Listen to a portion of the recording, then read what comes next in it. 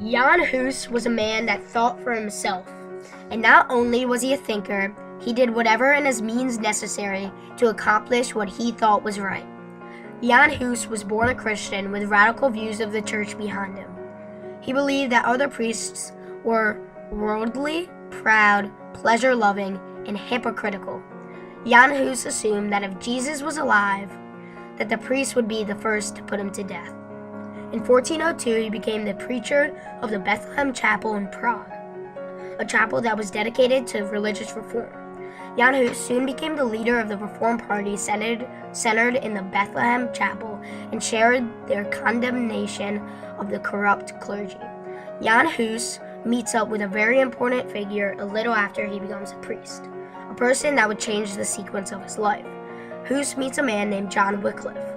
Hus believed in Wycliffe's teachings. In theology, they emphasized the priority of faith over reason and the authority of the scriptures over church tradition.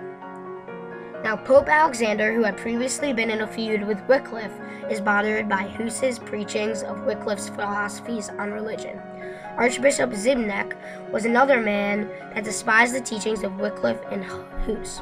Of course, there were supporters of Hus.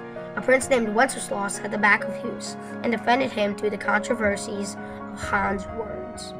In 1410, Archbishop Zbigniew confiscated Wycliffe's books and ordered them burned. When Hus made an effort to defend the books, Zbigniew excommunicated him very quickly.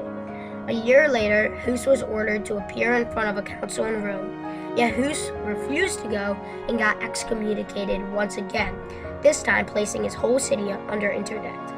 While 3 of his close associates were beheaded for preaching against indulgence, Jan Hus lost the support of Wenceslaus for the same reason. Despite the excommunication, loss of support, and beheaded friends, Jan Hus continued to dissent. Hus got into even more trouble when he refused to recant his papers based off his core beliefs. Hus said that to recant would be to commit perjury.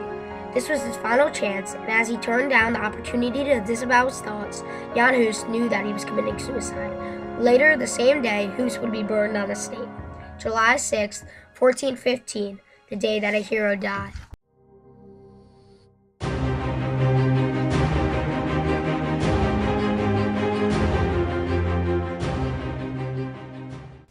On July 18th of 1918, Nelson Mandela was born into the Madiba clan of South Africa as Rolihlahla Mandela.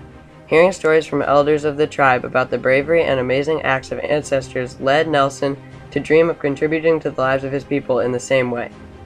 He got a good education, and then in 1944 he joined the African National Congress to help create the ANC Youth League. He rose through the ranks of the ANC, and in 1952 he was elected to be the leader of a campaign against 6 laws that he and the rest of the ANC felt were unjust. He was charged for this campaign by the South African government under the Suppression of Communism Act and sentenced with 9 months of hard labor, but he never gave up. In 1952, he and a partner set up South Africa's first black law firm to help out the other blacks in a largely white-dominated government of South Africa. Nelson did all that he could to help blacks of South Africa at this time and suffered many punishments, but he still never gave up. He was sentenced to life in prison and refused to defend himself because he believed doing so would make it seem like there was a reason for him to be jailed. He made arguably his most famous speech in court, waiting to see if he would receive the death penalty. His being jailed made many people of all races angry and helped out his cause even a little bit more. While he was locked up, people were still fighting for their rights. In the end, he was let out of jail and became the first black president of South Africa.